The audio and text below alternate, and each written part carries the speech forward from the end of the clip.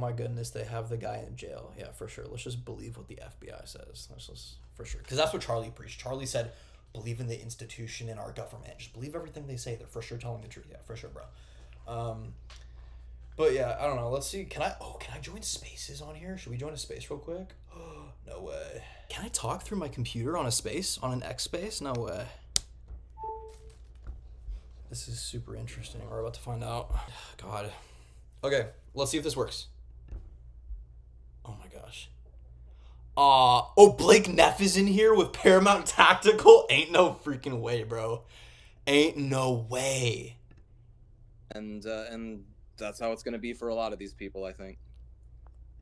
Well, just God bless you, Blake and Andrew and all TPUSA and poor Erica. My heart goes out to all of you. We're with you guys. There's plenty of people that love you, and we know. That's appreciated. I really I like that. I like hearing that. Thank you very much. That means You're a lot. welcome. I just approved several requests. You guys can throw a hand up or somebody just jump in there anytime that is now a speaker. Adam, go ahead. Hey, how's it going, guys? Hey, Blake, thanks for joining. Is that going to come up later in the trial, or oh my gosh, my speaker confirmed?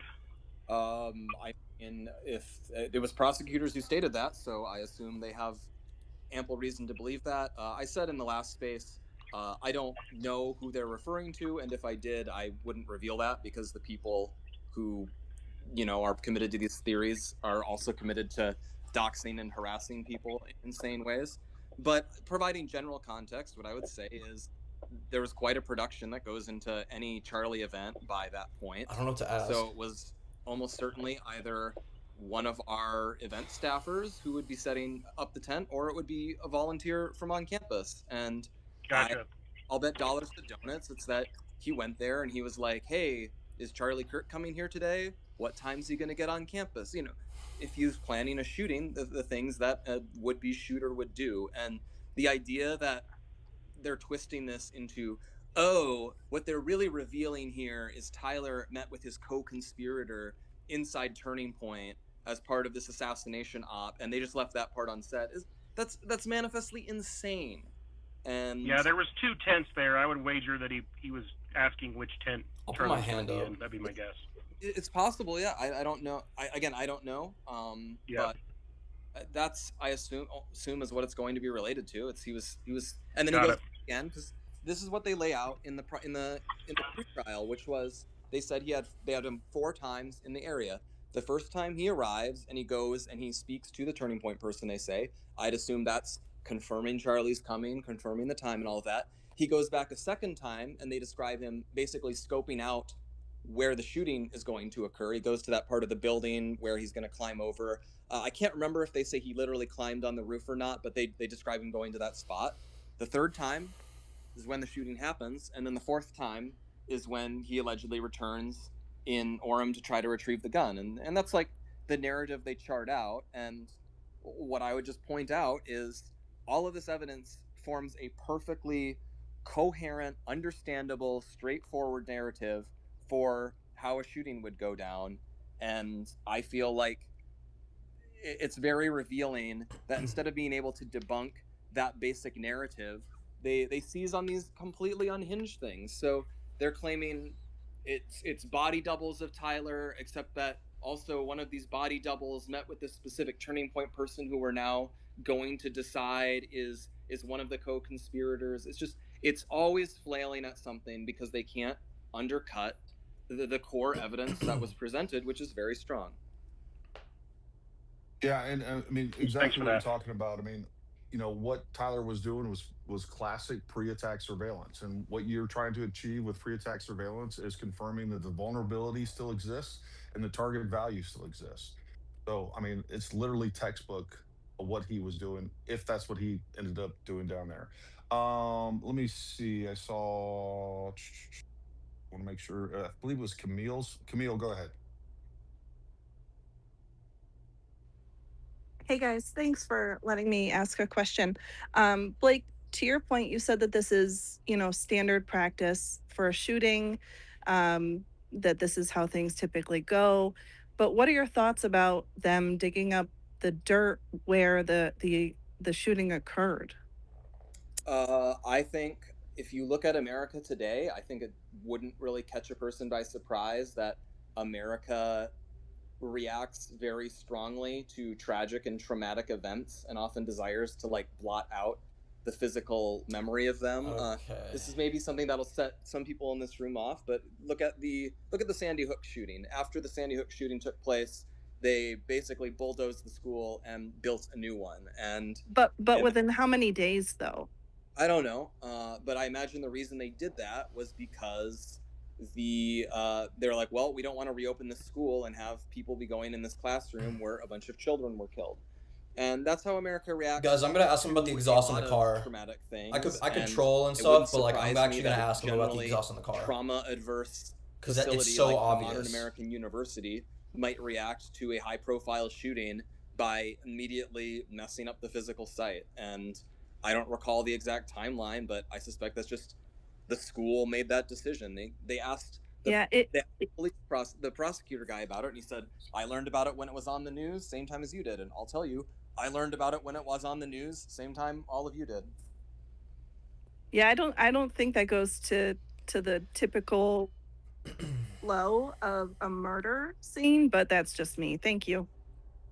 Well, it was no like this is what, if we're going to be intellectually honest and we're going to talk about the repaving of the crime scene, then we need to remove the phrase crime scene. It was no longer a crime scene by every standard. Yeah, we had every single agency that was out there working 24/7 for over 3.5 days. So it wasn't, the Charlie shooting took place on what, Wednesday. I believe. So we had Thursday, Friday, Saturday at a minimum. And I talked to law enforcement there at UVU. They were working 24/7 on that entire campus, had it completely locked down. And their goal was to get it processed, do it right, not cut corners or anything like that, but have it reopened by that Monday. So, I mean, there's nothing, it would be weird if they had left blood and biologics there. And by the way, they're not even allowed to do that. And on top of that, it was absolutely reasonable that they would want to rehab the site. We had students that actually attended there, and if they didn't attend, everybody saw it. So they would want to rehab the site. It's like if something traumatic happens, I think something traumatic happens in your house, you're just going to, after the crime lab leaves, you're just going to leave it there. I mean, I don't even know why this is a talking point, because it seems pretty silly to me. People and organizations will react in different ways, and you could say, I don't think they handle it the right way, like they should preserve it that way, but I think that point you made is the perfect one, which is it was no longer a crime scene. The police roped it off, they did their investigative work, they collected their evidence, but this isn't a 10 by 10 square area that is permanently ceded to Utah law enforcement in case anyone decides they need to dig it up again. Ultimately, with any crime, the police do their investigation, they take the information they believe they need, and then they relinquish the scene back to its owner, whether it's physical property in some cases or whether it's a location. And that is what happened here. And it's always bizarre to me, because when people complain about that, I feel they're essentially, as far as I can tell, they're getting back to what has always, in my opinion, been the dumber of the conspiracy theories, because it seems to just be alluding to claims that the shot, like he was shot from below from an underground tunnel, which there's absolutely no evidence for and none has ever been presented, and it completely contradicts all eyewitness testimony, including my own, because I was there. And like there's no payoff to this conspiracy theory. It's just, it's always this endless agitation, grasping for anything, because the ultimate goal is merely to enable a specific predetermined conspiracy theory and like just reject the evidence that is in front of your eyes. And this comes up with other things. It's like when I've seen people complain that, I guess apparently the SUV was sold. Well, the police are going to look at that SUV, they're going to photograph it, they're going to chronicle everything that was in the SUV, they're going to collect all of their evidence so they can present it at trial. But in the end, they're unlikely in most cases to just keep a vehicle around permanently for 3 years in case someone decides to double check that sort of thing. Like that, this is what we have police investigative departments for, to collect evidence. I mean, I don't know what the expectation here is to just like have that roped off in perpetuity. Really, what this is an appeal to, I don't know, these people that think they're suddenly private investigators or Matlock or something, where it's like, no, no, no, I needed you to preserve that so I could go there and I could figure out the truth. You're not going to be allowed to do that. What do you think you're going to do? You're going to go there in the middle of the night and security isn't going to be aware, and you're going to be able to take soil samples, and you're going to find fragments of bullets that actually exited. I mean, how long have we been hearing this? That like, no, no, no, there was an exit wound. No, no, no, he was shot from the rear. No, no, he was shot from the front. Like, there's nothing that you're going to find there. It really is ridiculous, and you're not going to be allowed to go there and investigate or whatever it is that you think you're going to do. And by the way, there's no evidence that you should be allowed to do that, or that there would be anything found, because there's no evidence of anything other than what has taken place. And if you show me evidence, I would love to see it, because you know what, I would love to discover that something else happened. I'm perfectly fine with it, but so far I just don't see any evidence. Look, I'm going to let a couple other folks up here in just a moment. I just want to say this for those of you that disagree with Blake or me, or the Fed slop, and you're onto the pod slop, whatever it is you believe, we're going to let you talk. We're going to remain respectful, and I expect the same out of you. This is not the time for sound bites or anything else. Let's have a earnest, good faith discussion. And so, with that being said, I will let Mason up. Mason, go ahead.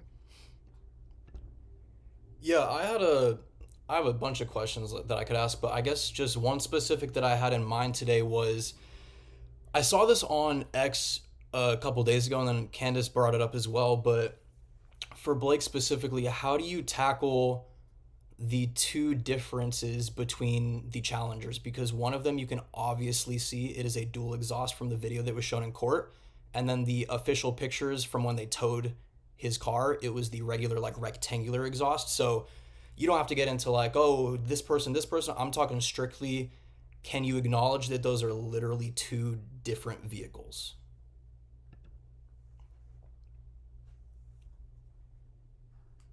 Here's what I'll tell you. I don't know, Blake, if you want to answer that, but what I can tell you is that Midgray did a video analysis of that. They decided to capture. You can actually see that it is a dual exhaust in the other photos. What you're dealing with, according to Midgray, who knows more about photography and videography than I do, is that you're dealing with a extremely slow frames per second camera, and as that thing moves, this is what we've seen time and time again, because you can grab one frame of something and make it look like something else entirely. And we've seen this, we've seen fraudulent presentation of evidence time and time again. I reposted Midgray. I will find that post and repost it for you, Mason. You can check that out.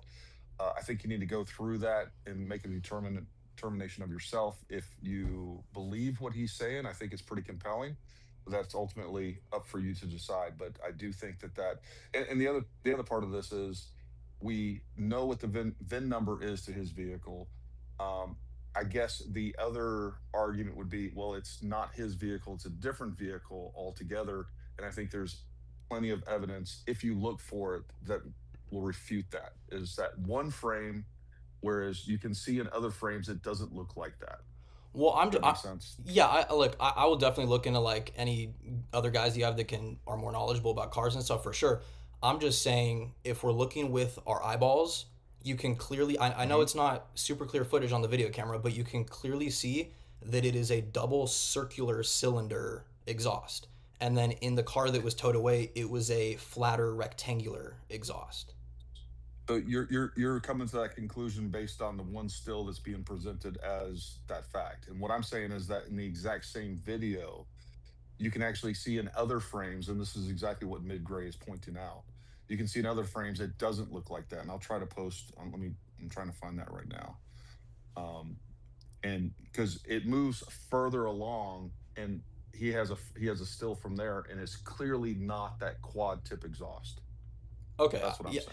Yeah, I mean, because I watched the video. It wasn't just like a screenshot from the video. Like, I watched every minute of the court case and stuff. So, yeah, I mean, I don't think there's anything that would make somebody not believe that those were circular.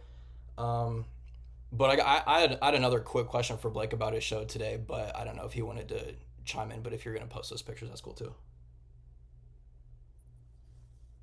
Yeah, I'm definitely going to post those pictures. Go ahead and ask your question. It's up to, I don't know if you and Blake are on talking terms or not. I don't know what's going on. Yeah, no, I've never talked to him before. He's responded. Him and Andrew have responded to a couple of my tweets and stuff. But I watched the episode with that Joshua Carr kid, and he was saying that he got a death threat or whatever.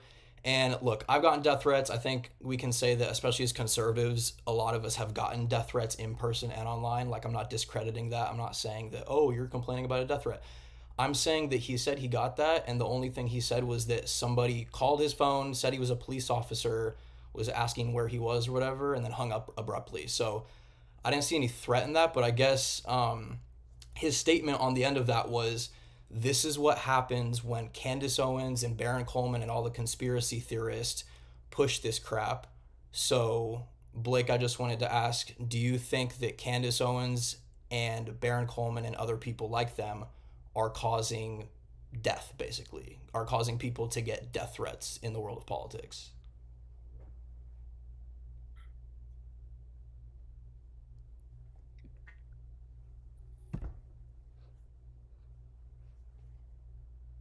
Blake, I don't know if you're talking or not, but your mic is muted, or maybe just not talking, or maybe you're busy or something else. Yeah, I don't know if anyone else wants to answer that. I think there's lots of opinions on that. I mean, I think they are.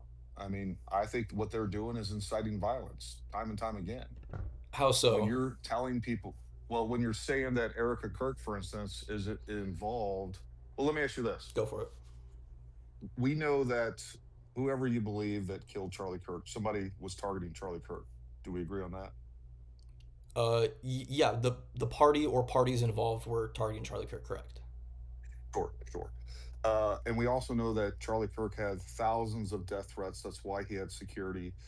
Those have actually been confirmed by FBI in the past. Like, he's had death threats for his beliefs.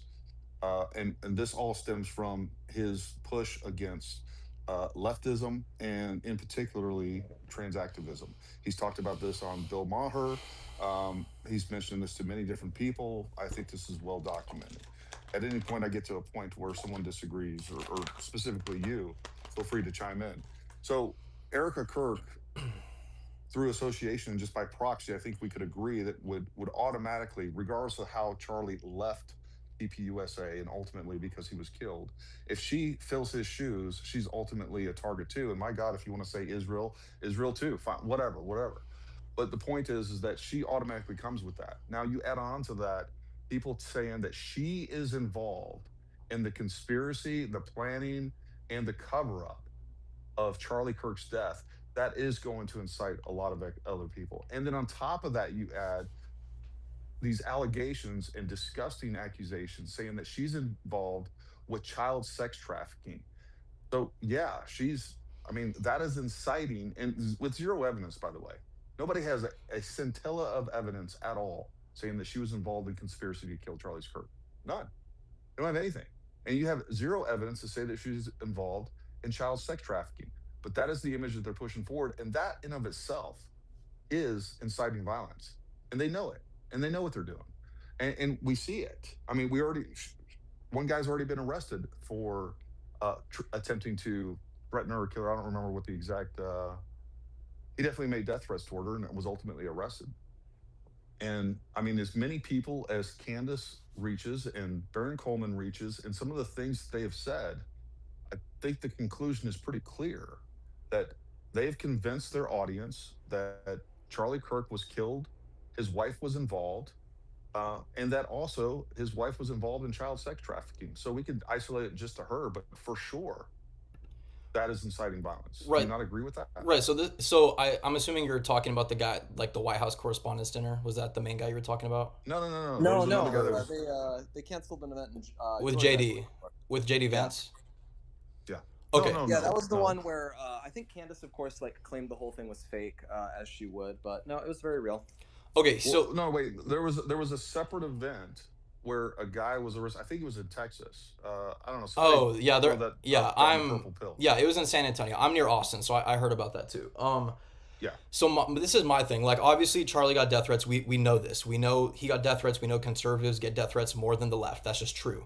My whole thing is, if you're going to pin stuff on Candace and Barron, how can you do that when none of these people that you've mentioned have had any connection to them or have made any statement saying, I did this because of this, or this was the manifesto, or this or this? How do we know they weren't leftist people that were trying to kill Erica, who's a conservative? That's why I think it's dangerous to put the blame of death or potential death on two people that, in my opinion, cared about Charlie, cared about his mission, and whether you agree with them or not, they're doing the most that they can to figure out the truth. Because I've said this since the beginning, guys. I've said it is far better to search for the truth than do nothing. And with all due respect to the Charlie Kirk Show and Turning Point and everybody involved, I've said this since September and October back then. I said, has Blake Neff, Andrew Clavette, Mikey McCoy, Jack Posobiec, any of these people, Mikey McCoy, have any of these people sat at the table at the Charlie Kirk Show, looked up at the monitor at UVU footage and been like, okay, maybe this guy looks suspicious, or maybe this, or here's this evidence? No, I'm just real quick. I was at. So wait, hold on. You're mad at me because I haven't like schizophrenically accused random people of being in on the shooting? Yeah. No, I'm not. Shirts? I'm not saying accuse anything. I'm saying strictly, when after all this happened, just do your own investigation. No, that's try what to figure saying. out what happened. You're angry that we didn't like wildly speculate that specific people look suspicious on camera because that's like what you think we're supposed to do. But you're saying wildly. I'm saying, Blake, you guys did nothing. You guys were all about pushing on Charlie's mission. No, Mason, hold on a second. Let me just pause you right there. Go for it. Because it's not just what we do, it's how we go about doing things. And as a conservative, as you're saying, there's something that we believe in, and that is you don't accuse people without evidence. And that is inciting. That should be condemned. When you're sitting there alluding to, and this is the other thing that just I find disgusting. When we sit there and want to play word games and be like, well, she never actually said, well, she's done more than that. She's convinced her audience with a lot of different types of language, with a lot of different avenues of approach on that. And so has Barron. And if you want to sit there and say, well, I never said that she actually killed him. Okay, no, you have. You just said it in so many. And by the way, you can talk to any lawyer. That isn't going to fly in court. Insinuation and the way that they've gone about this is absolutely allegations by insinuation. But I'm saying, how can you connect these people? Hold on. What I'm saying is, why isn't that condemned by you? Why isn't it saying, like, you know what? Okay, if you want to do your own investigation, if you want to play Nancy Drew and you want to create this murder mystery, choose your own adventure, you get to participate in it and call my hot tip line, and you want to play that game, then why don't you do that behind the scenes professionally? Because how you go about doing it is just as important as what you're doing. And even if you're building a case and you think that's true, like the moment you start saying, hey, you know what, this person is guilty with zero evidence. We're 10 months into this and there's zero evidence of any claim. And by the way, not only is there zero evidence, she said the French Foreign Legion did it. She said people were shooting him from the tunnels. She said the shot came from behind. She said she's alluded to multiple things that are I understand that. I don't think you do. I don't think you do understand that, Mason. First of all, you're like also just like saying false things. Like, oh, you guys have never bothered to try to look for it? Okay, well, we compiled a bunch of TikToks and various other things that looked suspicious to us before the shooting happened, and we sent them to the FBI to investigate. Why would we do that if we didn't care? All those texts that ended up like coming out where Charlie's like complaining about his Jewish donors, as has already been established, those came out because Andrew sent them to the government because he thought, hey, leave no stone unturned. Like, it's just completely false to say that we've just stood up there and said, we're not asking any questions, we're not doing anything to try to further the like discovery of truth on this. It's just like a false thing. But I'm saying the guy that the guys that you're saying that have threatened Erica with death threats and stuff, all this stuff, all the threats, everything, how can you connect them to Candace or Barron or other people? Name one thing that connects them to that. They would say, oh, they did this because they listened to Candace Owens. Name one thing. Name one instance. Look, like, what I will say is, I'm not saying any specific person was specifically radicalized by Candace or by Barron. What I will say is they endlessly stoke the idea that Erica Kirk is, like, a specifically nasty, like, evil individual who's, like, conspired in one of the most dramatic and, like, wicked crimes in our lifetimes. They endlessly promote this idea with no evidence. They egg on people who do like weird and creepy things, like try to like spy on her and like stalk her. Like they encourage people who do these things by reporting on their antics, and claim that this has no connection whatsoever with people feeling like it's a good idea to stalk, harass, and threaten Erica and anyone else in the Turning Point universe is farcical. Like, I don't know whether any particular person is connected to them. Do I think any of them would have a problem if someone did that? No, I don't in the slightest. I mean, frickin' Baron Coleman himself went and stalked Erica to a church that she has been seen at. Okay. Frickin'. Yeah, look, I don't like I said, I don't condone death threats or anything. I was just saying what's the specific connection, because even the Joshua guy that you guys had on was like, he was talking about the death threats and then immediately went to conspiracy theorists because they're watching Candace and Baron. So I'm just like, I just want to make this like for the record, like I'm not some random online person. Like I'm a college student. I was in a chapter. Back in September, October, November, I defended Erica and TPUSA in the midst of death threats, online and in person. I had to talk to the president of our university because we were getting racist harassment from people to our vice president and president. We were getting death threats almost every day. We were getting physically assaulted sometimes. So I'm just saying this as somebody who was in a chapter, who was at the funeral, who was at AmFest, who has talked to former TPUSA employees, current chapter presidents, past chapter presidents. I've interacted with you, Blake, and Andrew. I've talked to Candace. I've talked to Aubrey Leitch. I've talked to all these people. And at the end of the day, this is what I tell people. Thinking that Candace is a good faith actor. Okay, I don't think she's an actor. I think she's trying to find something out. I'm just saying this is the point of everything I'm saying. Thinking Candace is a good person. I think yes. I think she was Charlie's. All those interactions, Blake. And you If they, Candace is the one who's after the truth. Blake, you guys relentlessly have said that they were not friends. Why would Charlie say 48 hours before he died, I'm thinking about inviting her to AmFest? Why would he invite somebody to the... I literally explained that. Why would he... It's the biggest event of the year. Why would he do that? What? Why would he do that? Because he was literally joking. Like, literally... He was joking. Where's the proof of that? Well, of course he was joking. Because the context is, he's complaining, he's kvetching in this chat that he's annoyed by some of the, really pro-Israel donors and voices who are bothering him. Basically, he kept getting pressured to uninvite Tucker. He kept getting pressured to disavow Tucker. And so he's saying, oh, these guys keep aggravating me to uninvite Tucker. I'm thinking of inviting Candace. What he's literally saying is, it's really annoying what they're doing. And then he's joking, I'm thinking of doing the thing that would really maximally piss them off. But Blake, before... I don't think that's very difficult to understand. But before that text, he said, just lost another huge Jewish donor, $2 million a year because we won't cancel Tucker. Mason, why was Candace not at 2024 AmFest? At 2024 AmFest? Funeral. Well, yeah, she didn't go to the funeral because she wasn't at 2024. She wasn't at AmFest 2024. Why? And she wasn't invited. I'd say, since people fuss over that, why wasn't she at Charlie's memorial? She was invited. Well, I remember she said she didn't want to go because of security threat. She didn't want to travel, and I'm not going to blame her for that. Other people braved the security threat to honor Charlie, and she didn't think that was important, I guess. So. No, I mean that's a personal decision. Like I would have liked to see her there. I would like to see her speak there. I think we all would have. But can I jump in real quick, actually, about that? Who's this? Sinful Smalls? Sinful. Yeah, go ahead. Why not? Let's break it up. So if Erica is the same thing, the reason why she didn't go to Georgia is because of a security threat, and she gets mocked for it. But Candace doesn't want to go to a funeral. Her husband was just killed. Threat. I mean, there's some important context there. Yeah, that's two different things. No, they're not two different things. Well, they are. They're both the same thing. You're saying they're both security threats, right? Right, Candace but I'm not. Go to the funeral thing. She didn't want to go. I'm not. Nobody mocked Candace for that. We didn't mock Candace for that. But Erica, she can't go to the Georgia thing, and she got nothing but mocked for that because the crowd size wasn't big enough or something. Oh, and by the way, Candace, Mason, if you're going to be mad about that, I'm not mad about that. I wasn't even talking about that. Well, and Candace wouldn't go and debate Blake and Andrew in person because she was worried about the cartels in Arizona. Well, like I said, that's another security thing. Look, I'm just I will say this. Hold on. Mason, go ahead. Let's just for the sake of the argument. Yeah. Let's say she was acting in good faith. If Candace is acting in good faith, which I completely disagree, and I think most people with any reasonable person would disagree with that.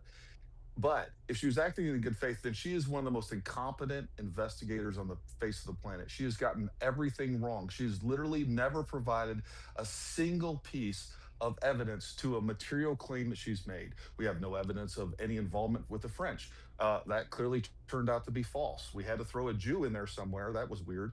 And then we have a claim that she was actually targeted by the French. What happened with that? Because she went to Dollywood the next day. Did the French get their the Macrons get their $1.5 million back? She said that Charlie was shot from below.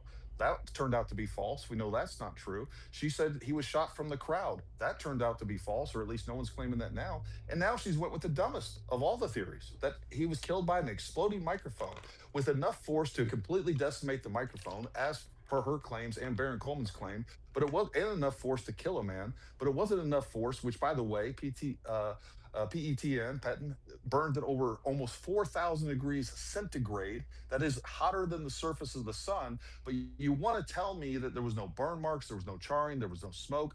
There was so much force that it destroyed the microphone, but there was no equal and opposite reaction to where it destroyed his shirt at all.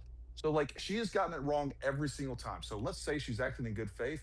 She is incompetent as they come. And the other point that I would make that proves she doesn't act in good faith, we know that Candace has a lot of resources.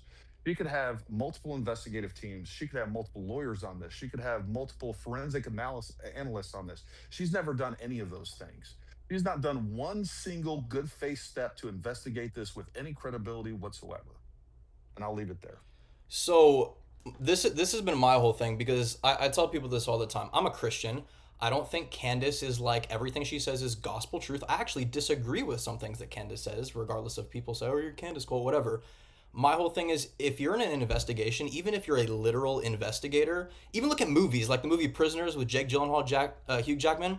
Nobody's in a literal investigation other than SBI, the hold Utah on. authorities, and the FBI. Hold on. Well, first of all, I don't think we should just trust the FBI and to what they say. But I'm saying, if you are going to be in an investigation, you actually have to you usually do hit dead ends, and you're wrong about a lot of things before you figure out the truth. You actually can't get to the truth unless you fail. That's like a life lesson. You can't get to your goal without failing, getting back up, reassessing, and going after it again. The problem here, Mason, nobody has an issue with somebody being wrong. I don't. The problem that I have here is that she's never admitted it. The problem that I have here is that every time that she claims 100% full-throated that this is what happened, and by the way, if anyone says otherwise, they're crashing out and she's over the target. That's what's disingenuous. That's what is dishonest, and that's what proves what her motives are. When people like me that are a veteran are saying, look, Mitch Snow, he could have been in Fort Huachuca. I don't care. But he did not walk into a meeting with colonels and the U.S. military planning this. And by the way, you have no evidence of that. It's just a fact. That never happened. That would not happen. That's not how the U.S. military works. They're not going to use conventional forces to suddenly conduct some clandestine operation where they kill an American citizen at UVU. It is retarded on its face. It was a scam. It was BS. And like, that's just true. And now I guess we've abandoned this. We know that Brian Harpole wasn't there, or we sure are going to know when he's done suing her. But she was provided with that information too, and she didn't even share it.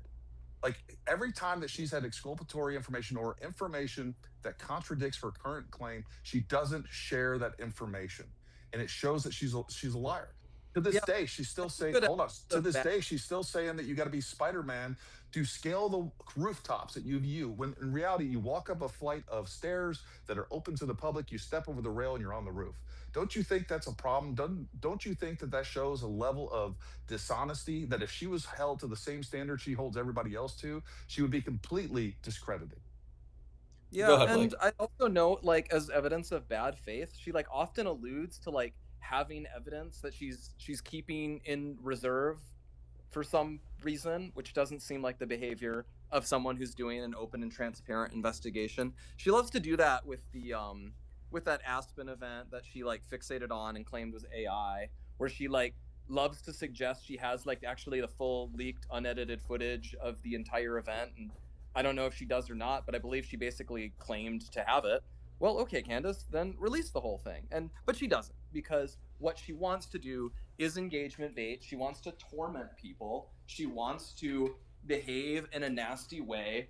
She wants to wait for people to say something that she decides to like seize upon and claim as a lie, when most of the time there's no evidence that that's actually the case. and like twist them around as she does for an example with the Aspen thing, where she loves to just go, oh, it's AI, it's like proven it's AI, and it's of course not. Like I freaking Well, I guess Well, Uh, another great also, example of that. Hold on. Another great oh, sorry. example of that is she's saying that this is a crowdsourced investigation, that everybody needs the information, and then she goes and I call it a content farming through extortion. She accuses people and expects them to prove their innocence, and then constantly is like, why aren't you giving me this evidence? Why aren't you giving me this evidence? She had the video footage from behind Charlie since September. She just released it recently. But yet she can hold on to evidence. But if anyone else does, for whatever reason, they are to be suspected of she something. released that months ago. She was on FaceTime with, I don't know if it was Terrell or whoever it was, but she released that like months and months and months ago. She was the reason we got the behind the camera footage.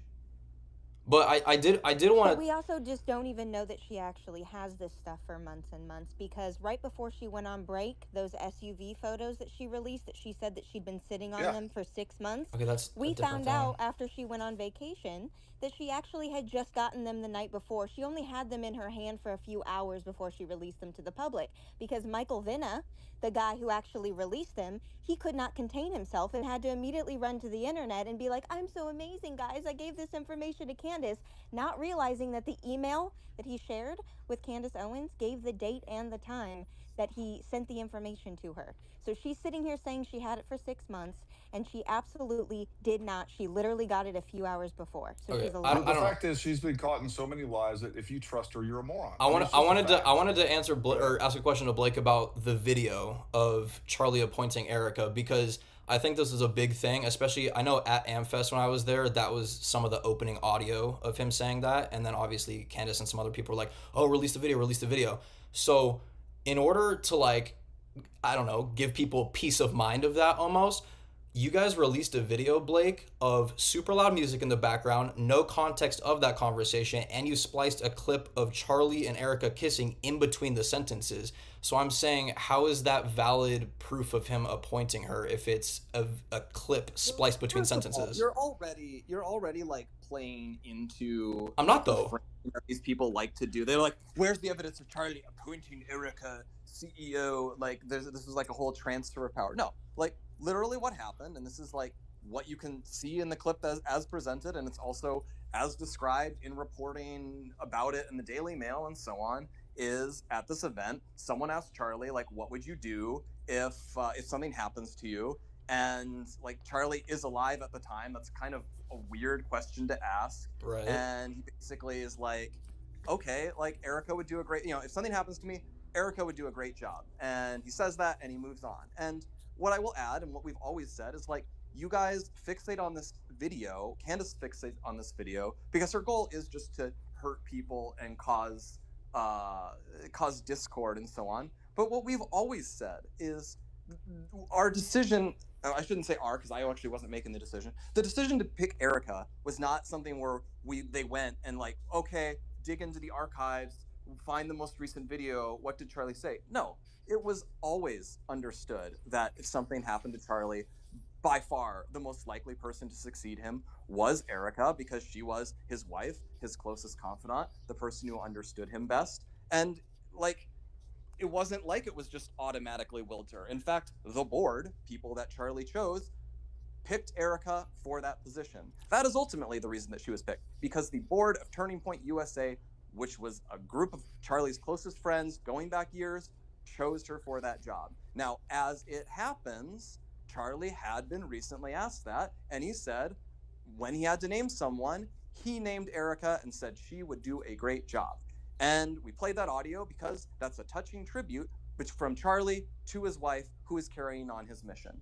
And Candace and Co. decided to fixate on this, claim that it was fake, endlessly demand that we dance to every single request they give us. Anytime they want us to release something, we're supposed to do it. And of course, they rationally said, no, we're not going to do that. We don't exist to get bossed around by Candace. We're not going to like release every random secret or every random private video that she demands we turn out. So the reason that they played it in the intro at the women's leadership event is because, yeah, we're willing to show this, but we're going to do it on our terms. We're not going to do it on Candace's terms every time she orders us to do something like she's our boss, which she's not.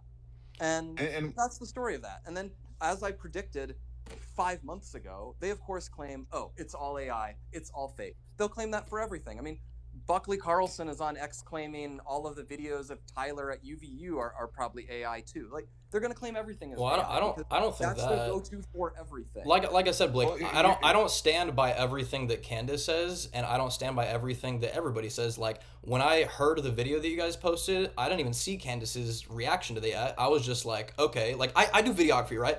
To me, I was like, okay, that sounded like two separate sentences spliced together. But my whole thing was, I've heard you and Andrew say, oh, this has been the plan since the beginning for her to take over. So I don't see how Charlie, who was... and Mason, Candace confirmed that months ago too. She said, hey, look, I talked to somebody when this wasn't even a thing. She said, I talked to somebody that was at the event that had confirmed this. I trust this person. And then she, just like she's done in multiple other things, she's confirmed something, and then she turns around because it's useful and it's profitable and it's popular to do. She goes out, and here's what I always hear from your side of this. We hear about these things that are subjectively found suspicious by you. There's these things where you guys take that are completely open to interpretation, and you decide to interpret it one specific way. It always goes one way, no matter what the more likely scenario is, and that is your proof. But what you can't ever provide is evidence of any wrongdoing by anyone other than Tyler Robinson. And with that, we're gonna take somebody else. Thanks for jumping on here, Mason. We appreciate it. All right, you guys are all untruthful clowns. I have one.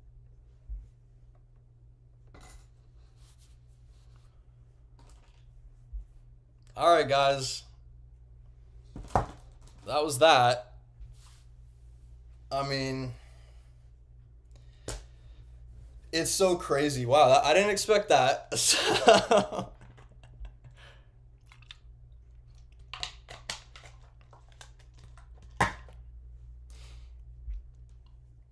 So crazy, dude. Was not expecting that. Got to talk to freaking Blake and Paramount Tactical.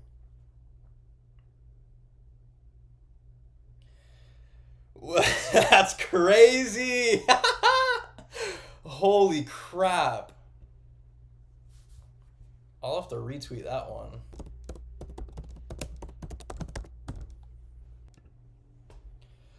So crazy, dude.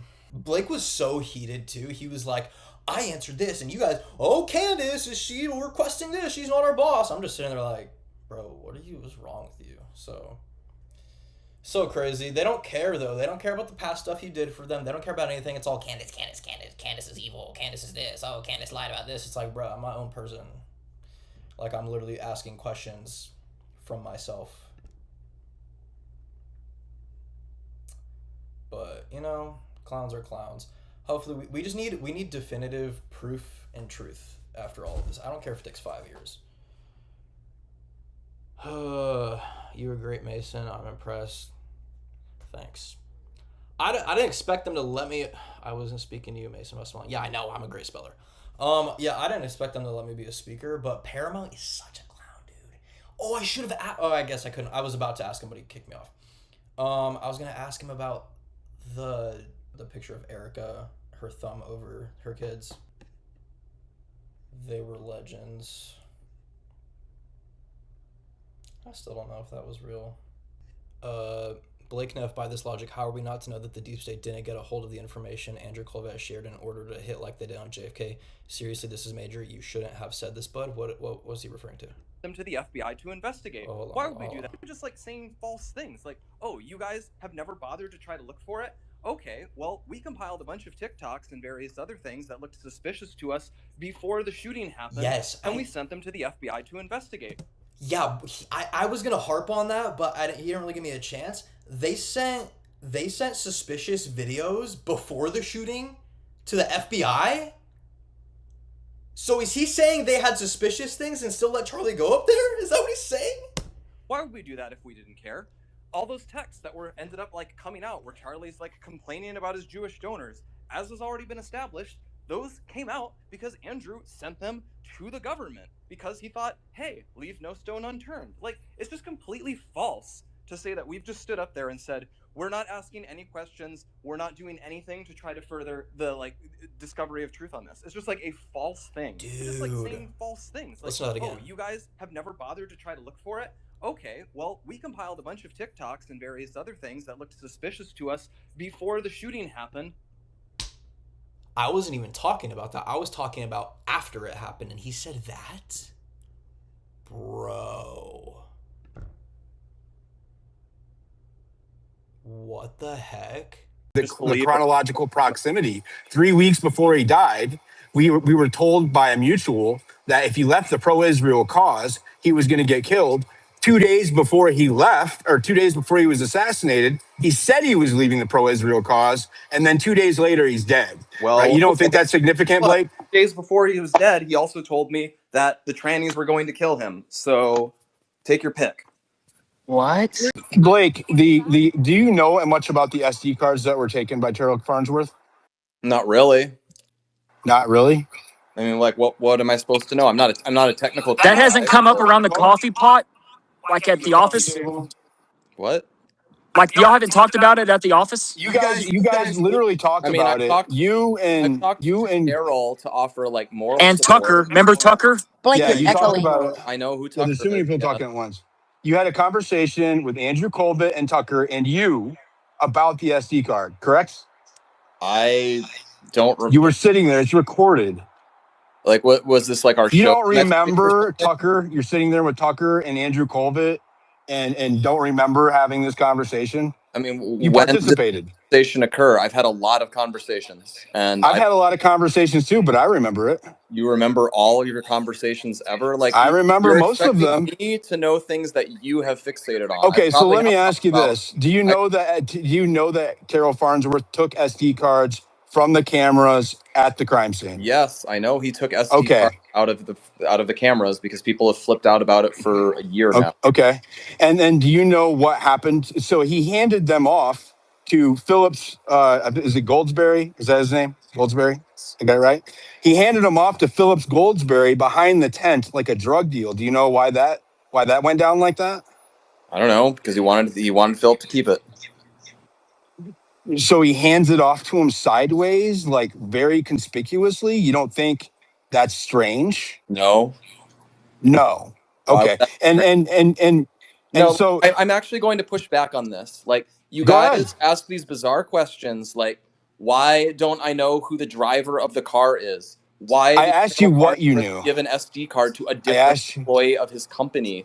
Why? I have a question that's not bizarre. I built a foundation and I said, did you know that? Because no, I don't think it's weird, because since I was there and since I, don't have a lithium deficit, I see that Charlie was. Do I sound particularly insane to you? And that the evidence lines up quite well, and the idea that Terrell Farnsworth, a person I have known for years, and his family, the idea that they were involved. I'm not blaming it for anything. I'm trying to figure out why he did what he did. Involved in some conspiracy to murder Charlie is completely. I've never made that claim. Furthermore, the idea that them taking the SD cards are a key part of any conspiracy is itself really preposterous and doesn't make sense, and nobody has ever been able to describe. Anybody knows that you don't disturb key evidence at a crime scene. Any retard that wasn't has a crime scene. A fifth grade level. Wait, it wasn't a crime scene? No, it wasn't designated a crime scene until it wasn't a crime scene. Oh, but you didn't know that. No crime occurred. You know who has the expertise to decide whether someone disturbed a crime scene such that it deserves censure? The police. And what have the police not done? They've never charged Terrell Farnsworth with disturbing a crime scene. And as far as I know, they've never fined. Is it the same FBI institution that was arresting Trump and raiding his house? Are these the same institutions that we're now putting blind trust in, Blake? I don't know that the Orem Police Department ever raided Donald Trump. So didn't the FBI handle most of the evidence in this case? We heard that today. You watched the live stream today. The FBI would have only gotten there a little while after the shooting happened. They wouldn't be involved in immediately securing the crime scene. They were there that day. Okay, they were there that day. Well, were they there that minute? Because that's so you said that you knew Terrell took it. The reason why I asked you that is because I'm trying to figure out, right, why Terrell didn't give them the original SD cards. He turned in a flash drive and then he gave them a Google Drive link. if you SD cards that fit in those cameras are micro SD cards. You know that. I know that. Anybody with a brain knows that. They're not full-size computer flash drives. So he transferred the video content from the SD card to the flash drive, which means that the police, the defense, the prosecution, nobody has the original. That's the problem with him taking the SD cards, right? Is that there needs to be a chain of custody for evidence like that. Those are the closest cameras to Charlie Kirk when he died. They have the best perspective as to what really happened. And instead of them leaving in the hands of the police or the FBI, they walked off in the hands of Charlie Kirk's staff. That's a problem. No, it's not. Not really, because they turned them in later. Get off the gas, girl. No, that's not right, man. Why That's is that not right, Blake. right? Well, okay. Terrell's stated reason for why he did that is because there was a big scene of chaos and mayhem, and he didn't want someone to possibly run off with the camera, or who knows, run off with the SD card, and so he secured it before they all There was 7 police officers standing around him when he did that. 7. 7. Okay. Diligent, I have a question. If I have let's a say, question hold here. on, Diligent, if he gave him the SD cards right away, iota of evidence at any point that the video actually was edited, or explain how he would do that in a plausible way You cannot because you can't transfer that file from one place to another without losing has it data. actually been important that that video, however HD it is, actually is conclusive proof of what Tyler Robinson did, because we have a bunch of other evidence that that's Okay, not. there's a problem here. If there was another explanation other than Tyler Robinson, if there was another explanation other than Tyler Robinson and it was captured on one of those cameras and that video footage has been altered, we will never know. And I think that's exactly why, in my opinion, that's exactly why that footage left the scene. For example, wouldn't we actually be able to detect it, for instance, because there are dozens of other videos of it from different angles? Lower quality phone cameras further Diligent, away. if there was an FBI agent right there that Terrell handed it over to it, by your logic, it would have been manipulated anyhow because the FBI was in on it, and you can't trust the FBI. So The what do you FBI, care? he did not turn it over. He did not. What do you It's care about chain of custody. about anything? It's The about chain of custody because the metadata would have been recorded when the FBI The agent metadata is received still it. on the. And I was somewhere. I actually have no idea where they parked it. What do you mean you don't know where you were? I'd never been to Utah before. We had. So you got off the plane with Charlie, you jumped in the other SUV. Where did you go? We went somewhere. Why would I? You went somewhere. Why would I remember that? Like, can you consider for just one moment that I did not know that Charlie was going to. Did you go straight to the UVU event? Around the Orem, Utah area. We went. Surely you've been asked these questions by the authorities, right? Why would I be asked the questions like that by the authorities? Because you're a key witness to a murder. No, I'm not. I'm 100. Surely you can. Hang on. Surely you can remember what you did that morning. I'm a key witness to Charlie's life. I'm not a particularly important witness to the murder. So you got off the plane, you got in the SUV. Where did you go? Hang on, let me finish the question. Where did you go? What do you mean, where did I go? You got off the plane, you got in the SUV. Did you go to a restaurant? Did you go to a strip club? Where did you go? We drove somewhere, and because I wasn't going to that event, we just parked and we marked time until the actual Utah Valley event, and then we realize you're making yourself look really bad right now by not answering that question. But just go ahead, continue. Why is that making me look really bad? Like what? Do you want to check? So when did you meet up? Hang on. Let me finish it. So when did you meet up with Charlie to follow him to UVU? I actually don't believe I ever did meet up with Charlie. I think he went to that event. You followed him in. I thought you followed him into UVU. But in the event, I believe we drove there, and I was not directly outside that event. So the memory. Sorry, can you repeat that? This morning, the leading officer on the case, right, of the Utah SBI, right, he was giving the timeline of events, and during that timeline of events, the officer said that Tyler Robinson, in his shorts, the first time he went there around 10 a.m. in the morning, he climbed through the stairwell wearing his shorts. He didn't have the pants and the limp and all of that. And after he left the parking lot structure, he met with, and this is his words, okay, met with TPUSA representatives. Do you know who they are? Tyler Robinson on September the 10th? I don't And even if I did, I wouldn't tell you because you guys would just harass that person, and I know that person didn't do anything. Oh, that's the same way that we would harass somebody who took an SD card from a murder scene? Yes, yeah. Actually, I have never harassed that guy. You've harassed. And I've known for months. People I know who did nothing wrong and have absolutely no reason to suspect them because you people are you responsible committed, for what other people do or say? We're not the left, are we, Blake? Against a case that words are not violence, Blake. I have a question. I would like to ask. What Charlie did is he taught people. He taught people to question the government when something doesn't make sense. You should ask questions and you should question things. You believe? Okay, well, why did you have to AI the video? Why did you have to AI it? We didn't. Yeah, It's why a good was the question. video AI? We didn't AI the video. Clearly- I don't know why You didn't alter the video? We did not AI or alter the video. The video was unaltered. I appoint my wife to run Turning Point USA if something happens to me. Erica would do a great job. AI Charlie, where he says, I appoint my wife? That is not an AI video. I think that there is no evidence for that possibility. Well, Blake, Charlie literally said, I have no choice but to leave the pro-Israel cause, yet Turning Point USA is so pro-Israel right now. That is not what Charlie said before he died. Why are you guys going against what Charlie wanted? And that's evidence. What have we said that is any different from what Charlie said?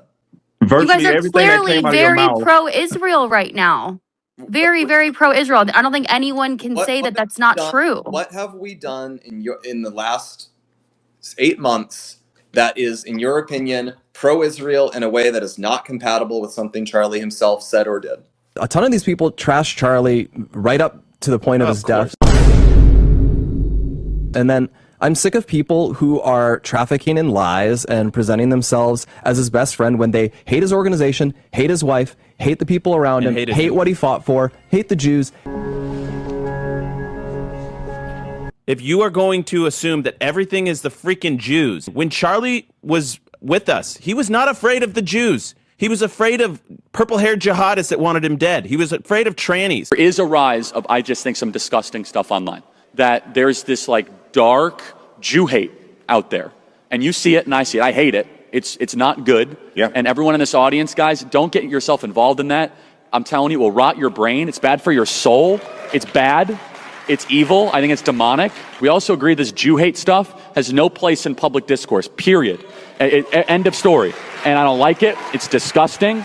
And we need to call it out when we see it. It seems like you guys are very pro the war in Iran, which Charlie was not. Wait. Hold on. Can I cut in real quick? Give me an example. Hold on. Can I cut in real quick? He just said it. The war with Iran. He was against the war in Iran. He just said it. Okay. What does Turning Point say? Turning Point cheerleaded the war with Iran like maximally? Erica said herself. Maximally. She said herself she's okay with the war of Iran. She was asked. What did she say? She was asked, "What do you think about the war on Iran?" She said, "I'm all for it." Who asked her that? Where was this?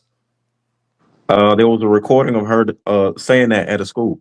Let's not be dumb here. You guys are definitely very pro whatever Trump says, and Charlie would have been vocal against it. What about Thomas Massey?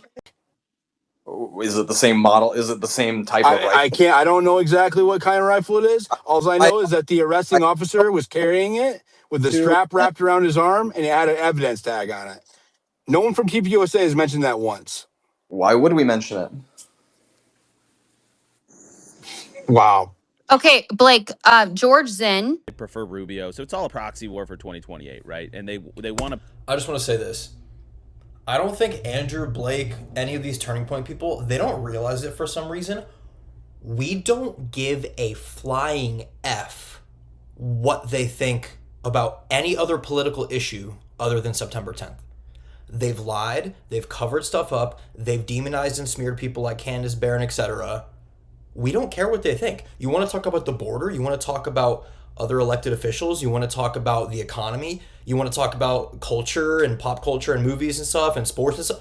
We do not care at all. Like at all, zero. Anytime I see them post about something other than Charlie Kirk, I'm like, we don't care. You guys lied. Why are you lying about the courtroom stuff? Why are you lying about evidence? Why are you lying about you don't remember what you did or where you were that day? Like, why are you lying? So they keep trying to push on Charlie's mission like, oh, Turning Point's still doing good stuff. We don't care. Like, we don't care at all. Like, 0%. Not like 2%. Like, oh, hey, Turning Point said that. Well, I agree with them. No. No one watches this show. Charlie Kirk's channel has 6 million subscribers almost, and they average like 5,000 views per video.